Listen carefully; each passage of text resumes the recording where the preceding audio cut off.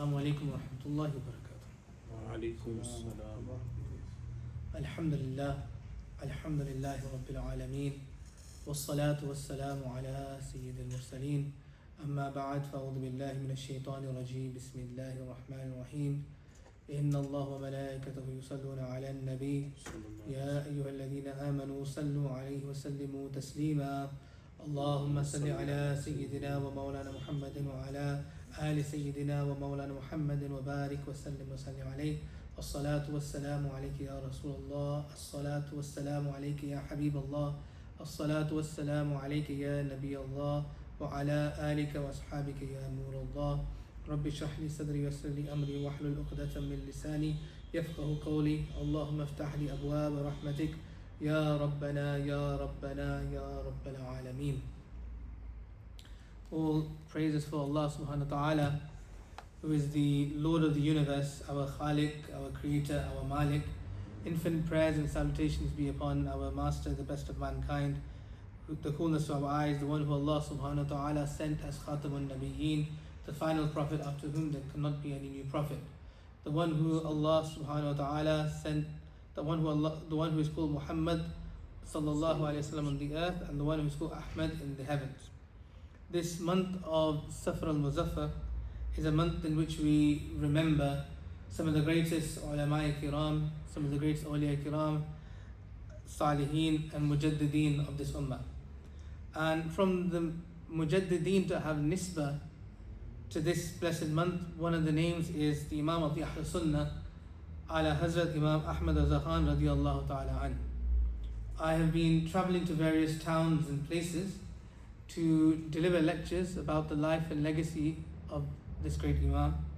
You see, the sad reality is that for many years we have been listening to the same talking points being regurgitated about the life of this Imam, and to the extent that before people even attend an event dedicated to this Imam's life, usually they already know the topics and the points that are going to be discussed. But this Imam is so versatile. He wrote on so many different topics that much of the knowledge that he imparted hasn't even been looked at. The sad reality is that more often than not, speakers, when they speak about the life and legacy of this Imam, they are more concerned with sound bites that feed the ego of an already converted audience than actually imparting the intellectual legacy of this Imam onto others. Therefore, it's my honor and pleasure to join you today to speak on a topic that's very rarely discussed in relation to this great Imam. And it's a topic because this topic is so rarely discussed by our ulama, what it's allowed for is for that space to be filled with several misconceptions and the spread of false allegations against Imam Ahmad Khan that he is in fact free from. The topic that Sheikh has particularly asked me to speak about is Ala Hazrat radiyallahu ta'ala an's thought and legacy in relation to colonialism, politics and jihad. May Allah subhanahu wa ta'ala enable me to speak the truth and for you to hear the truth. You see, Imam Ahmad Khan radiyallahu ta'ala, he's accepted as the Mujaddid of the last century, which we all know. But we need to understand that Mujaddid does not just revive the religious condition of the Muslims. Yes, Imam Ahmad Khan was an alim and a mufti of the highest caliber, but he was also a visionary for the revival of the social, economic and political condition of the Muslims of his time. He was a social reformer, he was an economist, he was an educationist, he was also a political theorist. This is because as a mujaddid, he understood that a true religious revival requires a foundation of social, economic and political advancement to create a fertile environment in which faith can flourish, communities can prosper, and the ummah can stand with dignity and strength amidst the challenges of that time and beyond. He rahimahullah, lived at a time that was a significant turning point in history. He was born in the year 1856 Gregorian, which on the day, Islamic date of 10th of Shawwal, which corresponds to 1272 Hijri. And he passed away in the year 1921, which corresponds, and on the date of 25th of Safar, which corresponds to 1340 Hijri. He lived in a city in India called Bareilly, which is now in the Indian state of Uttar Pradesh. And the region that he was from was a vibrant center of Islamic intellectual activity for over 3 centuries. His lifetime coincided with a period of profound political decline in the Muslim world. For centuries, Muslims held a position of strength and influence in India. From the establishment of the Delhi Sultanate in 1206, Muslim rulers, although a minority, governed a vast Hindu majority. But it was truly under the Mughal Empire, which lasted for just around 3.5 centuries, that Muslim power reached its peak. The Mughals built around them a multi-regional empire that stretched across the Indian subcontinent. And under the Mughals, the GDP of Mughal India was estimated to be around 22% of the world economy in the year 1600. India, under the rule of the Mughals, was the second largest economy after Ming China. And the economy of India was significantly larger than that of Europe's. Mughal India was also a global leader in manufacturing, contributing approximately 25% of the world's industrial output. Likewise, agricultural production flourished. Scientific development and innovation flourished under the Mughals.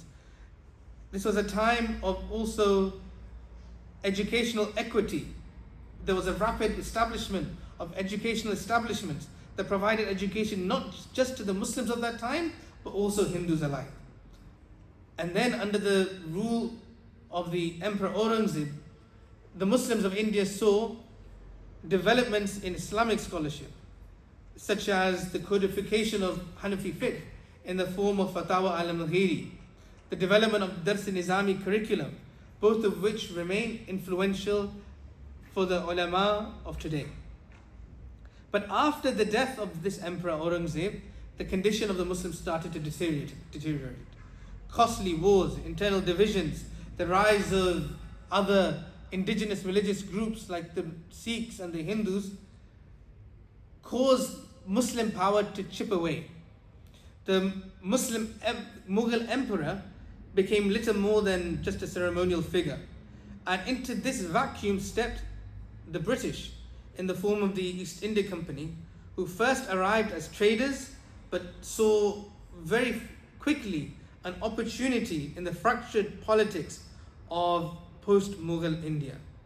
Then a turning point came in the year 1751 at the Battle of Plassey, a victory made possible only by the betrayal within the Nawab's own army. Mir Jafar, the commander-in-chief of the army of the Nawab of Bengal, along with others, secretly schemed with the British, asking for support to overthrow the Nawab in return for being installed in his place. From there, the East India Company expanded rapidly, annexing various different territories of the Mughal Empire and installed puppet leaders across. In 1784 then, Pitt's India Act placed company rule directly under the British government's control. A clear sign of the imperial ambition, the colonial ambition of the British government for India. And then finally, after the failed First Indian War of Independence in 1857, which the British titled as either the rebellion or the mutiny, after this, the last Mughal emperor, Bahadur Shah Zafar, he was deposed and exiled. The East India Company was dissolved and India came directly under the control of the British Crown. What we saw as initially economic engagement then became total political control, the complete colonization of India. And interestingly, when we look at the colonization of India, we see striking comparisons and parallels to the colonization of Palestine that evolved roughly around the same time. You see, in both places, the British entered through the cover of protection or modernization, as if to say that their rule was somehow a favor upon the people that they were colonizing. In India, the British East India Company initially entered through the guise of trade, protection of allies, and civilization missions. The narrative that was portrayed was that we are entering these lands to bring civilization, as if civilization hadn't already existed there before. Gradually, these commercial footholds were transformed into complete political and military domination. And we saw the same in the case of Palestine too. The British came through the League of Nations mandate after World War I. Officially, this was to prepare the land for self-governance, but effectively to serve the imperial interests and facilitate the Zionist settlement of Palestine. Likewise, in India, we saw the economic restructuring for purely imperial benefit. The economy was reorientated to serve Britain's industrial needs, with raw materials being exported and British manufactured goods being imported, undermining local industries. And this was also the case in Palestine. British policies, they favored Zionist economic institution, modern agricultural colonies, and infrastructure that tied the economy to British and Zionist markets, which ultimately marginalized Arab economic growth. And one of the key elements and instruments of colonization was also the control of resistance that took place through militarization. You see, the British responded in India to 1857, the first war of independence, with overwhelming force, with brutality. There were mass executions, and a notable case is the example of Maulana Fazl-e-Haq Khairabadi. He was a notable leader of the 1857 War of Independence. He was, as a result, arrested by the British for issuing a fatwa against their rule. And then he was imprisoned in the Andaman Islands, where he was ultimately martyred in 1861. Likewise, in Palestine, we saw the British violently suppressing the Arab revolt, using house demolitions, mass arrests, and collective punishments, techniques which are now being adopted by Israel. And these are all adopted by Israel through the lessons and teachings that they gained from the colonization of that land by the British. Also, another parallel between both lands is the use of puppets and traitors who worked against the interests of Muslims. You see, the British in India worked with local princes, landlords, and officials who collaborated in suppressing any uprisings and maintaining their colonial control, often in the exchange of titles, wealth, or political favor. And we already mentioned the example of Mir Jafar, who the name Mir Jafar in the Urdu language now is used as a description to describe anyone who is seen as treacherous. And in Palestine, the British also relied on Arab elites who cooperated with the British authorities and undermined any nationalist movements or any uprisings against colonial rule. And we see this even today, that even today the colonization of Palestine is being maintained and sustained through the colonial project that is Israel, through the work of puppet Arab leaders who are the Mir Jafars of today. And this trend continues even in the diaspora, where Muslims are living as minorities in the West. We have so-called leaders who are on the government payroll and bootlickers in support of whatever the government of that day is saying, ultimately to suppress Muslim voices. The case in point is the genocide and the murder of our brothers and sisters in Gaza that is taking place. Where are these Muslim leaders and so-called community leaders in voicing the opposition to them? In fact, when Keir Starmer said that Israel was within their right to cut off water and power and food to the people of Gaza, it's these very same so-called community leaders, who so-called ulama, who are there to shake hands with Keir Starmer and very ready to brush shoulders with him for community iftars, etc. You see, it's our obligation to follow the law of the land, but it's not our obligation to follow the whims and the agenda of the government of the day. There's a distinction between that. We must follow the law of the land, we be abiding citizens of the law of the land, but that does not mean to say that we nod our heads to everything that the government of that time says. And quite often, we find that many of these community leaders or so-called ulama who are propagating support of the government, they have titles such as MBE and OBE attached to the names. You see, before anyone is given any of these supposed honors, they must go through a vetting system where they are tested for their obedience to the government. It is the government of that day who gives these supposed honors based on how obedient these people have been to them.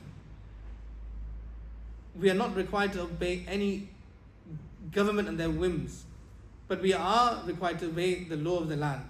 But ultimately, we should not be obedient to the whims of any of these governments and their agendas, but ultimately be obedient to Allah and His Rasul sallallahu alaihi wasallam. And this, going on to specifically onto my topic, was the political philosophy of Imam Ahmad Reza Khan. What was his answer to colonialism? With the onset of colonialism, questions began to be asked amongst the ulama on the territorial status of India under colonialism. See, prior to Imam Ahmad Reza Khan radiallahu an, Shah Abdul Aziz Dehlwi radiallahu an, who was the son of Shah Waliullah Muhaddis Dehlwi, both giants of scholarship. Shah Abdul Aziz is considered to be the Mujaddid of the 13th century. He designated the lands ruled by the East India Company as Darul Harb. The designation of a land as either Darul Harb or Darul Islam has significant legal consequences for the permissibility of jihad, the taking, giving of interest, and many other muamalat. However, his fatwa was in a very specific economic context without any specific political intent. Much later, it was employed in the context of intensified antagonism with the British post 1857, post the War of Independence. For instance, the Khilafat movement which was a pan-Islamic movement launched by Indian Muslims in support of the Ottoman Empire. At the same time, they advocated for non-cooperation with the British. So out of this movement came out the Hijra movement. This was led by individuals such as Abul Kalam Azad, who issued a fatwa that since India was now Darul Harb, based on Shah Abdul Aziz's fatwa, it's incumbent on Muslims to either wage jihad against the British, and if that's not possible, then to perform hijrah, to migrate to the nearest Darul Islam, which at the time was Afghanistan. They used Shah Abdul Aziz's fatwa as the justification for their case. However, this was a misinterpretation of Shah Abdul Aziz's fatwa, because in no part did he in his fatwa actually advocate for migration from India in this period. What happened instead as a result was a tragic consequence for those who followed them. Many died performing this hijrah, this migration, and many ended up returning to India because the life in Afghanistan was not as they had been promised. The Shah of Afghanistan, who welcomed them with open arms and made many promises to welcome the Muslims of India, many of those promises did not see reality. And when those Muslims faced those harsh realities in Afghanistan and returned back to India, what ended up happening was that the property and the assets that they had left, they were not able to buy back. Which is why Imam Ahmad Reza Khan opposed the Hijra movement, because he saw it as a ploy of the Hindus. He said that it was a ploy set up by the Hindus that when the Muslims leave and sell their assets, their land very cheaply, they would be able to take possession of these assets. He warned that masajid, mosques, and Muslim graveyards will be desecrated. Muslim women and children who would be left behind, and they would be persecuted.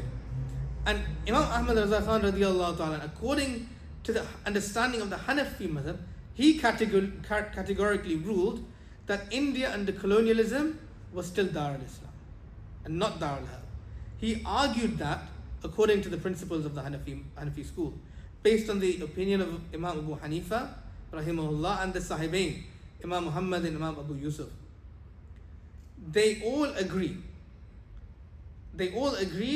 that one condition that would render Dar al-Islam to be Dar al-Harb was that the laws of shirk would be publicly and officially endorsed, and not a single law of Islam would remain implemented. It's under that condition that Dar al-Islam would transition into Dar al-Harb. Based on that principle, Imam Ahmad Raza Khan radiallahu ta'ala, he argued that this was not the case in India. And he gave a list of practices in his fatwa on this issue, that Muslims in India were still permitted to perform the Friday prayer. They were still permitted to perform the Eid prayer, the adhan, the call to prayer, congregational prayers in the masajid, and other marks of Sharia were still permitted publicly within India, although this was no longer Muslim rule. And he also lists other examples such as inheritance laws, marriage, divorce, the rules of iddah, and many other matters of mu'amalat was still settled and adjudicated according to Islamic law. And in matters relating to the Muslims, the British colonialists would still approach ulama for fatwa in how to deal with the matters of the Muslims. So on this basis, he ruled that India was not Dar al-Harb, but it remained Dar al-Islam. However, he faced significant backlash from his opponents. His fatwa, despite the opposition he received from his opponents, was far more categorical than that of his opponents. The fatwas of his opponents were contradictory. If we look at the fatwa of Qasim Nanodwi, he considered India to be Dar al-Harb for the purpose of performing hijrah, but Dar al-Islam when it came to the dealings of interest, transactions. If we look at Rashid Ahmad Gangohi, in 1898, he was pledging loyalty to the British Crown. He called himself an obedient servant of the Sarkar, of the government. Shibli Nomani of the Nadwa movement, who again, a harsh critic of Imam Ahmad Raza Khan, he advised Muslims to remain loyal to their leaders, to the rulers, the British at the time. Yet it is these very same people who threw mud and accused Imam Ahmad Raza Khan of being a British agent. My response to this in a nutshell is that those in glass houses shouldn't be throwing stones. You see, and one particular work by a figure of the Ahl Hadith movement, Maulvi Ahsan Ilahi Zahir, he wrote a work called Al-Barelawiyya. And in this work, he also leveled this accusation about Imam Ahmad Raza Khan rahimahullah being a British agent. And this allegation can be answered in three ways. The first being that when examining the allegation that Imam Ahmad Raza Khan is a British agent, we must begin with a fundamental principle. What's that? That the burden of proof always lies with the accuser. And it's not enough simply to make an accusation, one must provide the evidences. So what does the evidence say? Let's ask a series of questions. Can anyone show a single instance recorded by Imam Ahmad Raza himself or his admirers where he was invited by an officer or any official of the British government? Can anyone demonstrate that he ever received a grant, a pension, or any kind of financial assistance from the British? Or is there any record that he met with a British officer? That he ever visited the home of an Englishman, a representative of the British government, or anyone representing the British government visited him in his home? And if such examples cannot be provided, then let us ask further. Can anyone show us a single passage where Imam Ahmad Raza Khan rahimahullah, in his writings or his poetry, praised the British or their rule? The answer to every single one of these is a resounding no. No evidence of the sort exists. And if, as Ahsan Ilahi Zahir suggests, that ruling India at the time to be Dar al-Islam and not calling for jihad against the British made someone a British agent, then that same accusation can be leveled at scholars from his own sect. So let's look at some of their writings. Ismail Dehelvi, who was the intellectual father of the Ahlul Hadith and the Deobandi movements, he was the one who is regarded as the spread of the Wahhabi movement in the Indian subcontinent. He said that in no way is jihad against the British wajib.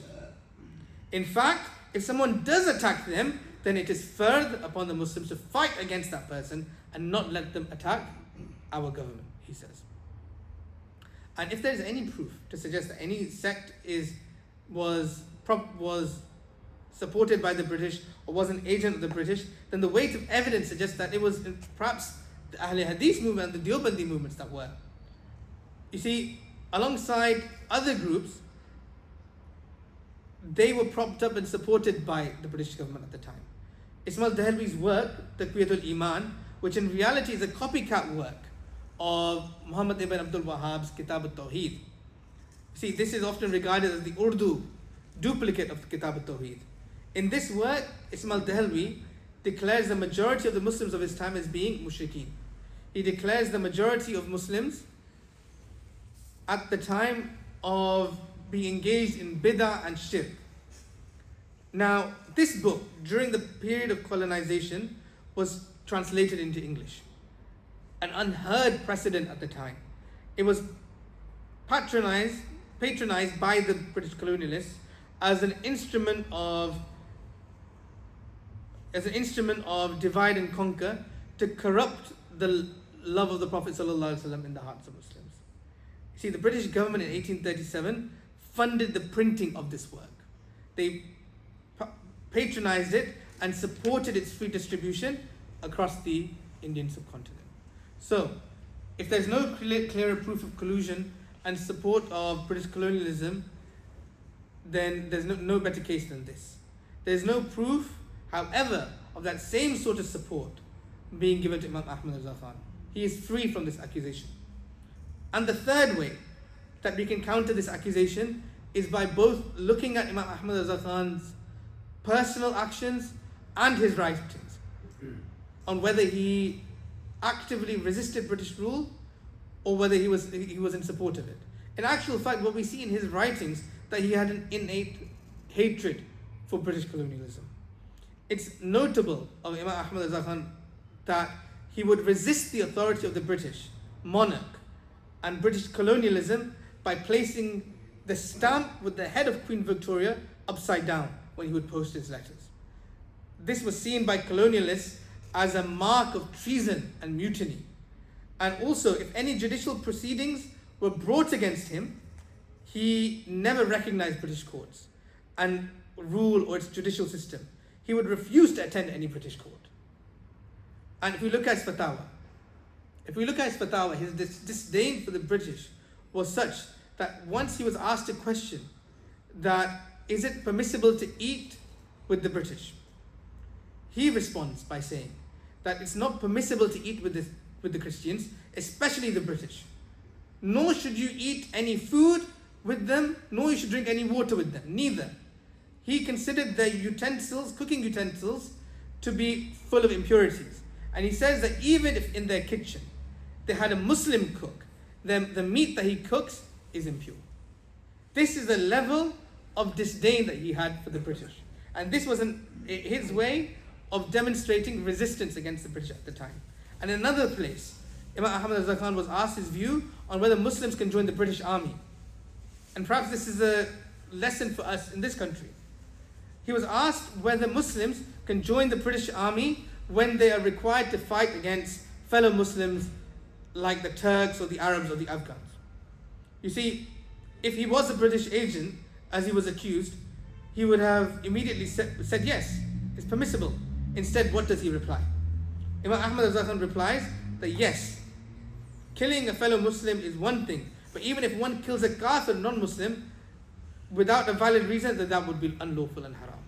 Imam Ahmad Raza here enunciates his view of the British army as being tyrannical, of being a brutal army, that by joining the British army means you'll be killing innocent people. It doesn't matter whether those lives are Muslims or not Muslims. To join such an unjust army like the British army would be categorically haram. This was the ruling of Imam Ahmad Raza Khan rahimahullah. Is this the sign of somebody who is a British agent? Quite clearly not. And I will finish by summarizing his view on jihad. Imam Ahmad Raza did not declare jihad upon the British at the time. That's clear. But that does not mean that he was opposed to jihad or that he was against resistance to the British. In 1912, one of his works was published, a booklet titled Tadbir Falah wa Najat wa Islah, the plan for prosperity, salvation and reform. And in this, he presented a case for the economic resistance against the British of the time. He presented his economic vision. And if you want to listen to the details of this, then please look up my lecture last week that I delivered in Bradford, where I detailed the economic revival, the case for economic revival that Imam Ahmad Raza presented. But in any case, he was not against jihad. In his Fatawa Rizawiyya, he presents the necessary conditions for declaring jihad. It's a misconception and a false accusation against the Sufiya that they were against jihad. In actual fact, some of the greatest examples in our Islamic history of mujahideen are those that are Sufis. For instance, in the army of Sultan Salahuddin Ayyubi, the army that liberated Al-Quds, the vast majority of that army, those soldiers were Qadiris. In some shape or form, they were disciples or students that were linked to Sheikh Abdul Qadir al-Jilani. Those who liberated Masjid al-Aqsa were those who were upon the teachings of Al-Ghawth al-Azam. Another example is Imam Shamil, the Naqshbandi Sheikh, who resisted the suppression of the Russians. We have the example of Umar al-Mukhtar. He opposed Italian occupation of Libya. He was a Sanusi Sufi. You have Amir Abdul Qadir al-Qadiri. He was a Sufi who led the resistance against the French in Algeria. We already mentioned the name Imam Fazl al-Khairabadi, a Sufi who was a leader of the 1857 War of Independence and resistance against the British. You see, Sufis have always been at the forefront of resistance against oppression and colonialism. In contrast, those who say that Sufis are peace-loving, pacifist people and Sufis oppose jihad, they are spreading lies. Sufis and Imam Ahmad Raza Khan radiallahu anh is no different. Have always been propagating resistance to colonial forces. In contrast, those who level the accusation that Sufis do not oppose colonialism and do not propagate resistance, often from the Wahhabi Najdi movement, their so-called shaheeds have never conducted jihad against the kuffar, but only murdered and killed fellow Muslims. And this was the case of Ismail Dehlvi and Sayyid Ahmad of Rai Barelvi, who are revered by the followers as shaheed.